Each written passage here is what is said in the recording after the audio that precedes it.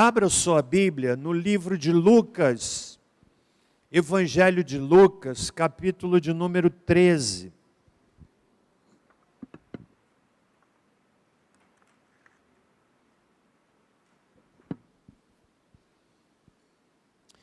Lucas, capítulo 13, versículos 22 a 30. E o tema da nossa meditação é o seguinte: a decisão mais importante da vida. A decisão mais importante da vida.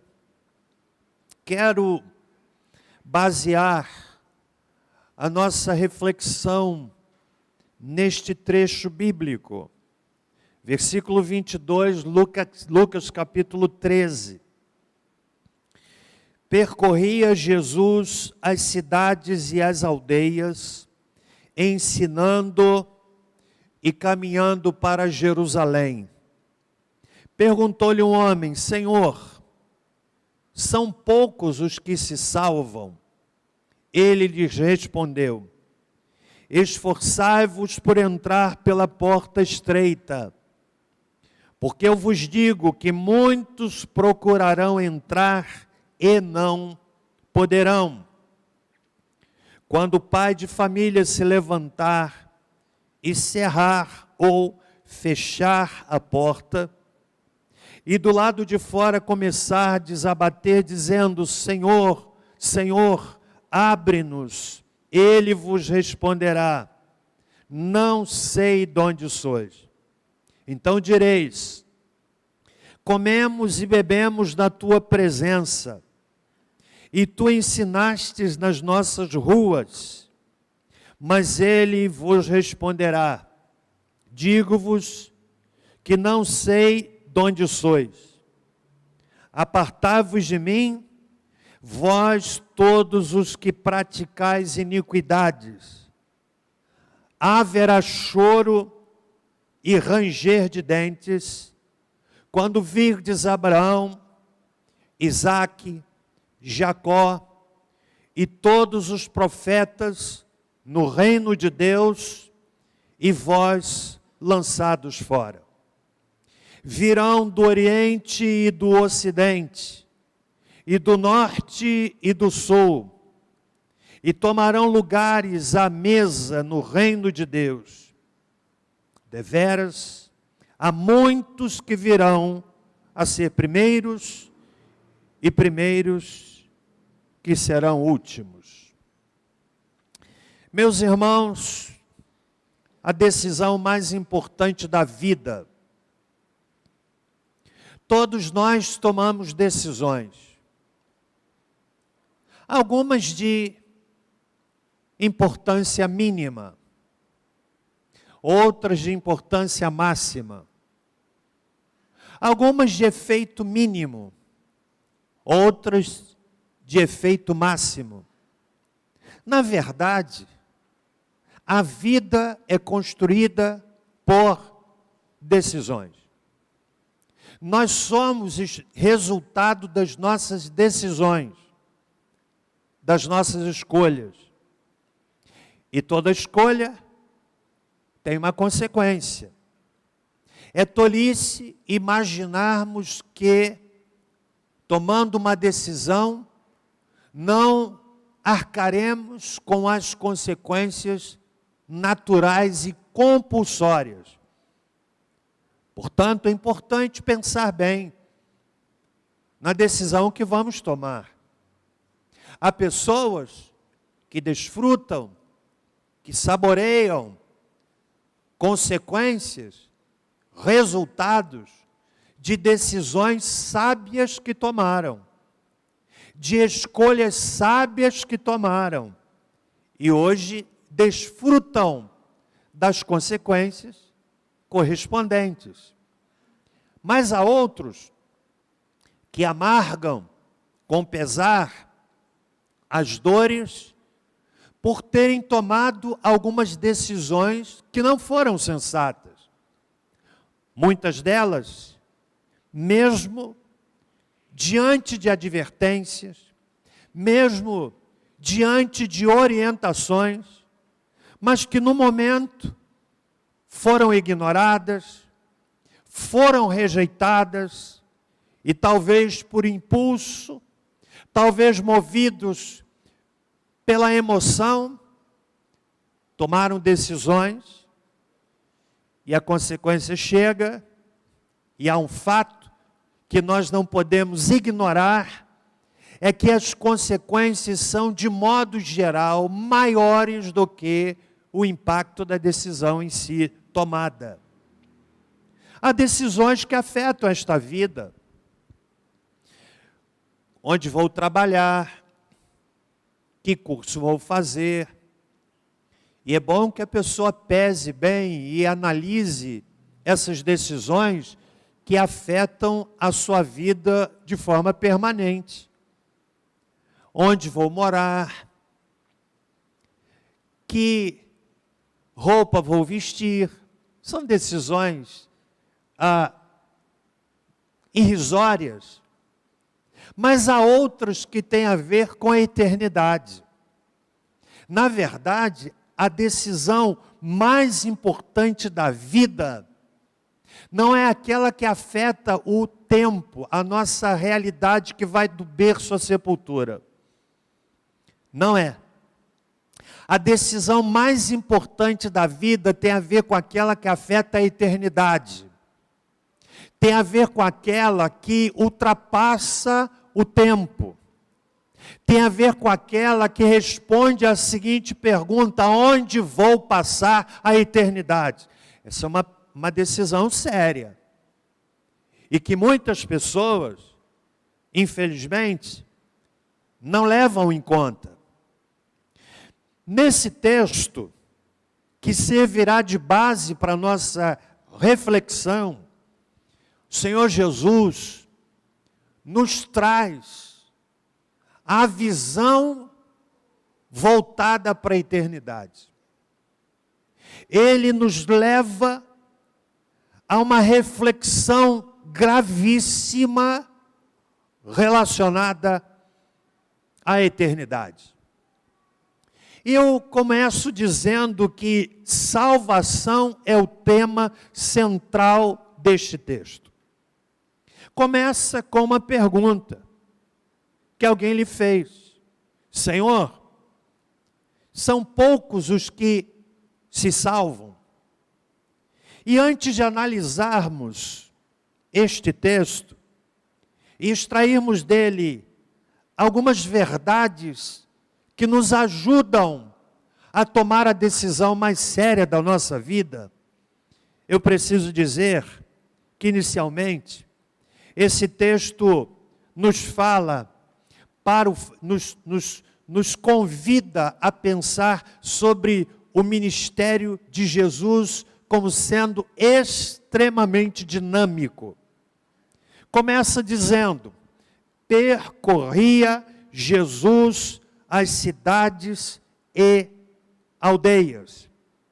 Jesus, na verdade, está dando sequência ao seu ministério itinerante. Ele ia onde as pessoas estivessem. Na verdade, o ministério de Jesus era proativo. Ele ia em busca das pessoas. Por isso o texto diz, esta afirmação, ela se repete em outros capítulos do Evangelho de Lucas. Percorria Jesus, o que nos leva a considerar o fato de que o ministério de Jesus era dinâmico, não era estático. Era um ministério missionário, e em busca do perdido, e em busca da pessoa perdida, independentemente do nível social, econômico, intelectual que as pessoas tivessem. Segundo lugar, nessa introdução, eu aprendo que o ministério de Jesus era prioritariamente voltado para o ensino, porque está aí no texto, no verso 22, que Jesus percorria as cidades e aldeias ensinando. Ele curou aleijados, deu vista a cegos, libertou pessoas oprimidas do diabo, porque tais ações faziam parte da sua identidade messiânica. Mas eu quero que você entenda que a prioridade do ministério de Jesus estava voltada para o ensino. Ensinar as pessoas a que elas compreendessem o reino de Deus, compreendessem a necessidade de eternidade, compreendessem os valores do reino de Deus. E a maior manifestação dessa realidade e dessa prioridade do ministério de Jesus são as parábolas. São os sermões que ele pregou, e os 3 maiores sermões: Sermão da Montanha, o sermão sobre a vinda do Espírito Santo, o sermão escatológico que fala sobre a volta de Jesus Cristo. Mas em terceiro lugar, nessa introdução ainda, eu aprendo que esse texto e esse episódio fala da oportunidade imperdível. Percorria Jesus dinâmico, ensinando prioridade e caminhando para Jerusalém. Por que esse detalhe é importante? Porque esta era a última oportunidade que Jesus passava para aquele local. Ele estava se dirigindo para Jerusalém, onde seria preso, seria julgado, seria condenado, seria executado. Ou seja, o que se passa aqui assume um caráter ímpar, um caráter único, uma oportunidade que não poderia ser perdida. E então, nós temos aí a pergunta que lhe foi feita. O texto não identifica quem perguntou. Talvez fosse um judeu, pensando na sua própria religiosidade, e faz uma pergunta para Jesus, que toca, como disse, na questão mais importante da vida, que tem a ver com eternidade. A pergunta desta pessoa era uma pergunta de aparente interesse religioso. Mas, na verdade, a pergunta é: Senhor, são poucos os que se salvam? Pensando na quantidade, Jesus responde tratando da qualidade. A pergunta desta pessoa tem a ver com o número dos que serão salvos. Jesus despreza o quantitativo e traz a reflexão, a qualidade daqueles que vão ser salvos. E é sobre isto que nós vamos discorrer um pouco. Esforçai-vos por entrar no reino. Muitos procurarão, mas não poderão. A questão, portanto, irmãos, não está voltada para o elemento quantos, mas sim quem vai entrar no reino de Deus. E o que é que nós precisamos aprender sobre a eternidade nesse texto? Em primeiro lugar, a oportunidade para entrar no reino de Deus está aberta. Verso 24. Esforçai-vos por entrar pela porta estreita. Num texto semelhante, distinto deste, no Evangelho de Mateus, capítulo 7, Jesus disse: entrai pela porta estreita. Mateus 7, verso 13. O convite de Jesus permanece. É estreita, mas está aberta. Os que o atendem, que atendem o convite, melhor dizendo, e entram, encontram salvação, segurança de eternidade. Os que rejeitam, por outro lado, ficam fora. Ficam fora. A porta da eternidade está aberta. Ela está aberta. A porta da eternidade está aberta, é estreita, mas está aberta. Mas é larga o suficiente para receber qualquer pecador. Ela é estreita, está aberta, mas é larga o suficiente para que qualquer pecador por ela possa entrar e encontrar salvação. Então essa é a primeira verdade. Entrai, esforçai-vos por entrar pela porta estreita. A oportunidade está lançada, e essa é a segunda verdade, irmãos. A oportunidade deve ser aproveitada. Aproveitada. Ainda no versículo de número 24, Jesus disse: esforçai-vos por entrar pela porta estreita. A palavra traduzida aqui por esforçar-se significa e dá origem ao verbo agonizar. Agonizar. Ninguém pode ser salvo por seu próprio esforço. Somente pela graça. Só a graça de Deus para salvar o pecador. Mas o pecador precisa tomar a decisão de entrar pela porta. Ninguém é forçado. Ninguém pode ser forçado. Mas todos precisam decidir, precisam tomar a posição. Ninguém está sendo aqui coagido a entrar pela porta estreita. Ninguém está sendo aqui forçado a entrar pela porta estreita. O que Jesus está dizendo é que a realidade da eternidade é tão séria, e o indivíduo precisa agonizar, desejoso, e aproveitar a oportunidade de entrar por esta porta enquanto há tempo.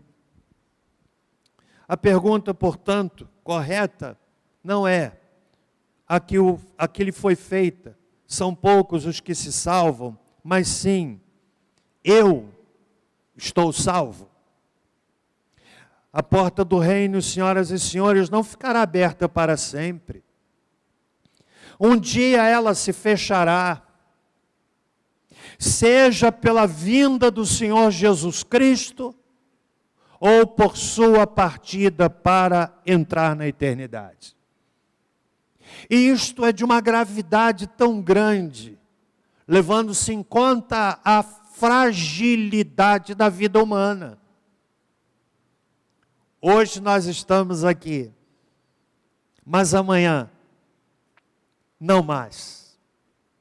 Falei domingo passado que, estando lá, visitando a nossa filha e nosso genro, eu fiquei buscando o que é que tinha na cidade que a gente podia conhecer, e descobri que o casal Bonnie e Clyde, que foi o casal Romeu e Julieta do crime da década de 30, ela era lá do estado do Texas. E eu vi pela internet que eles estavam sepultados lá. Interessante a tecnologia. Sara colocou no Google, Bonnie Parker. E nós pegamos, mais ou menos 30 minutos de onde ela morava, fomos de carro, e chegamos num cemitério. Imagina, dia 25 de dezembro, nós estamos passeando num cemitério. Que coisa, não, estranha. Passeando num cemitério. E o Google dizia, é aqui. Mas muitas sepulturas, lápides no chão. E eu vi que nós estávamos numa distância que dava para ir a pé. Eu fui andando, vendo a localização do Google, e fui olhando, e de repente cheguei num ponto, ele estava ali na minha frente. Eu fiquei pensando, ali estava o corpo de Bonnie Parker, morta juntamente com Clyde, numa emboscada, mais de 100 tiros em 30 segundos, aterrorizaram os Estados Unidos, se tornaram famosos. Mas lá estava seu corpo sem vida, restos mortais. E eu fiquei pensando, Acontece assim com o criminoso, mas acontece assim com o famoso. Todos haverão de ter os seus corpos tombados pela via da morte.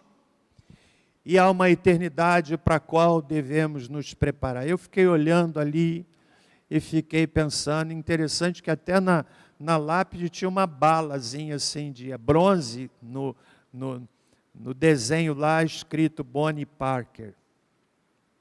Todo mundo um dia há de enfrentar a eternidade. Compreende? Isso é muito sério, irmãos e irmãs, senhoras e senhores. A oportunidade está aberta.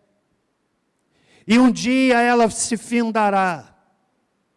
Durante a reforma do século XVI, o desespero das pessoas na Europa, sobretudo na Alemanha, de saber que alguém entrou na eternidade sem a segurança da salvação, foi o que patrocinou a venda das indulgências, a venda para o perdão dos pecados, que por sua vez patrocinou a construção da Basílica de São Pedro, lá em Roma, no menor estado do mundo, estado do Vaticano.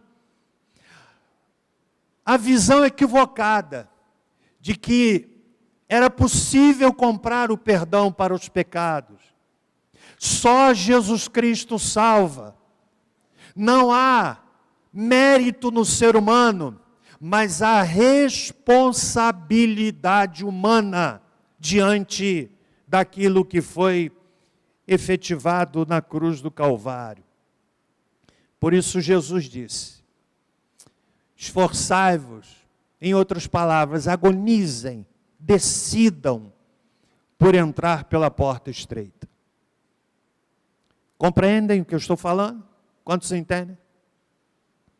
Decisão mais importante da vida. Talvez eu esteja falando aqui para algumas pessoas que estão começando a ter contato com o Evangelho. E aí eu entro no terceiro item que eu quero extrair desse texto. Para a decisão mais importante da vida, nós precisamos entender que a religiosidade não basta. Vejam no texto o que é que Jesus disse. Versículo 25.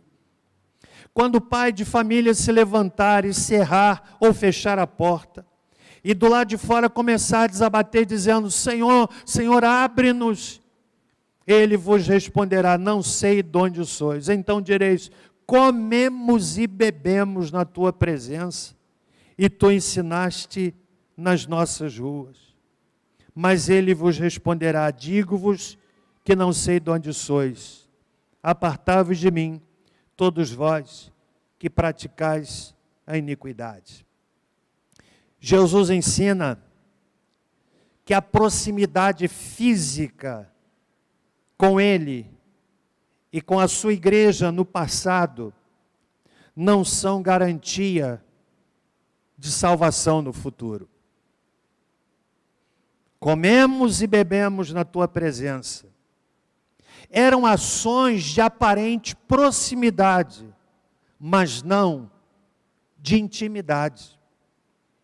Aqueles que estiverem na igreja, ou que estiveram na igreja, ouviram o Evangelho, tiveram comunhão com os salvos, poderão se perder eternamente se não entrarem pela porta estreita enquanto é tempo.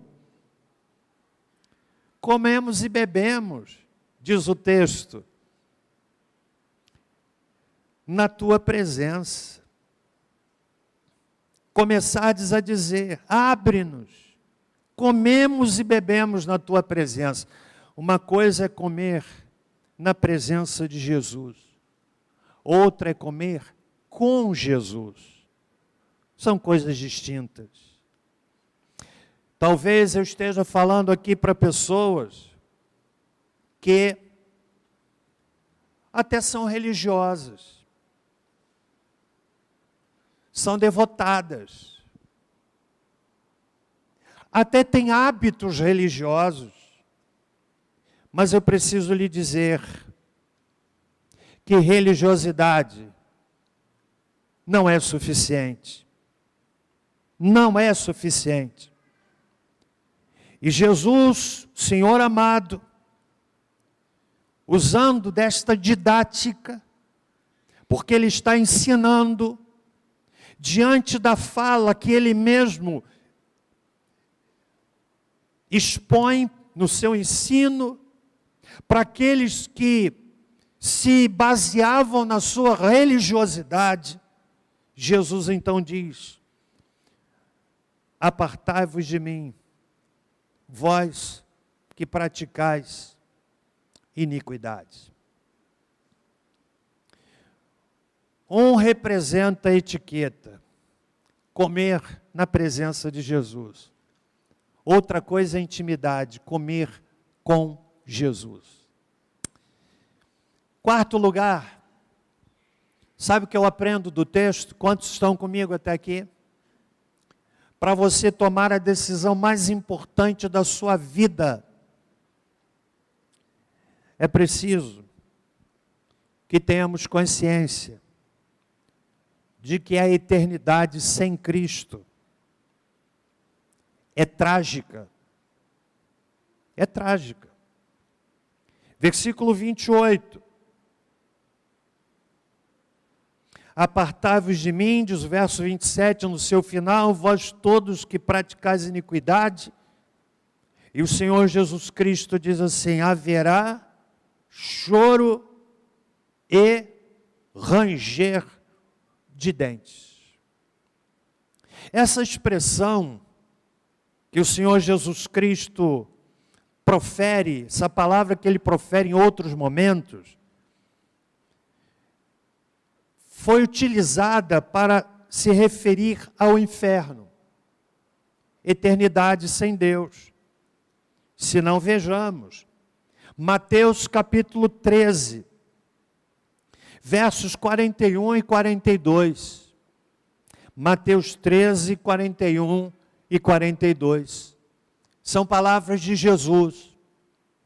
Mandará o Filho do Homem os seus anjos, e eles escolherão do seu reino tudo que causa escândalo e os que cometem iniquidade, e lançá-los-ão na fornalha de fogo. Ali haverá pranto e ranger de dentes. São expressões que brotam dos lábios do Salvador para nos alertarem acerca da eternidade sem Cristo. E é trágica, e devemos levar isso em conta. Capítulo 13, versos 49 e 50. Assim será na consumação do século. Sairão os anjos, preste bem atenção, e separarão os maus dentre os justos, e os lançarão na fornalha acesa, e uma vez mais, o Senhor Jesus disse, ali haverá choro, e o quê? Ranger de dentes. São expressões que buscam ilustrar o suplício, o sofrimento, o terror da eternidade sem Cristo. Mateus capítulo 24, versos 48 a 51. Mateus 24, verso 48. Mas, se aquele servo, sendo mau, disser consigo mesmo, meu senhor demora-se, e passar a espancar seus companheiros e a comer e beber com os ébrios, virá o senhor daquele servo em dia que não o espera, e em hora que não sabe, castigá-lo-á, lançando-lhe a sorte com os hipócritas. E uma vez mais o Senhor Jesus diz, e ali haverá o quê? Choro e ranger de dentes. Para tomarmos a decisão mais importante da vida, precisamos entender que a eternidade sem Cristo é trágica. É trágica. Ninguém é obrigado a crer nisto, como ninguém é obrigado a coisa alguma do ponto de vista da fé. É devoção, precisa ser espontâneo e mais, precisa ser sincero. Precisa ser de coração. Ninguém é obrigado a entregar a vida a Cristo, ninguém é obrigado a crer no que está sendo pregado. Mas é bom que saibamos que o que cremos ou não altera a verdade em si, mas altera, com certeza, a nossa realidade diante da eternidade. Em último lugar, para tomarmos a decisão mais importante da vida, precisamos compreender que a eternidade, o reino de Deus, está aberto para você hoje, não amanhã. Jesus lança aqui um vislumbre, irmãos, que me alcança. Quando ele diz: virão do Oriente e do Ocidente, e do reino do Norte e do Sul, e tomarão lugares no reino de Deus. Deveras, há muitos que virão a ser primeiros, e primeiros que serão últimos. Sabe o que é que Jesus está dizendo? Ele está dizendo que a mensagem do Evangelho se propagaria para além dos limites dos judeus. Alcançaria gentios do Oriente, do Ocidente, do Norte e do Sul. Nós entregamos a nossa vida a Cristo, esta palavra nos alcançou. O público imediato de Jesus eram os judeus, que tinham como referências Abraão, Isaac, Jacó, que Jesus fala aí no versículo 28. Jesus anuncia que muitos viriam de muitos lugares para o reino de Deus. Ou seja, é a promessa que nos alcança hoje. Podemos ter acesso ao reino de Deus pela fé em Jesus Cristo como único e suficiente Salvador. A oportunidade é agora. Não amanhã, não domingo que vem, não no mês que vem, mas agora a oportunidade nos é oferecida. E eu quero finalizar lendo o que a palavra de Deus diz. Na segunda carta de Paulo aos Coríntios, no capítulo 6. Segunda aos Coríntios, capítulo 6. No versículo de número 2. A palavra de Deus diz assim: ouvi-te em tempo aceitável, e socorri-te no dia da salvação. Eis aqui agora o tempo aceitável. Eis aqui agora o dia da salvação. O tempo é hoje, o dia agora. O convite está feito. E quem decide responder a este convite, entregando a sua vida a Cristo, aceitando-o como Senhor e Salvador pessoal, pode ter a segurança, a certeza inabalável de que, por meio de Cristo, nós temos a vida eterna. É Ele quem disse, irmãos, no texto de João, capítulo 5, e versículo 24. Em verdade vos digo, que aquele que ouve a minha palavra e crê naquele que me enviou, tem a vida eterna. E não entrará em condenação, mas passou da morte para a vida. Você está seguro da sua salvação? Você já se posicionou? Já tomou a sua decisão? Eu quero nesta noite desafiá-lo a tomar uma decisão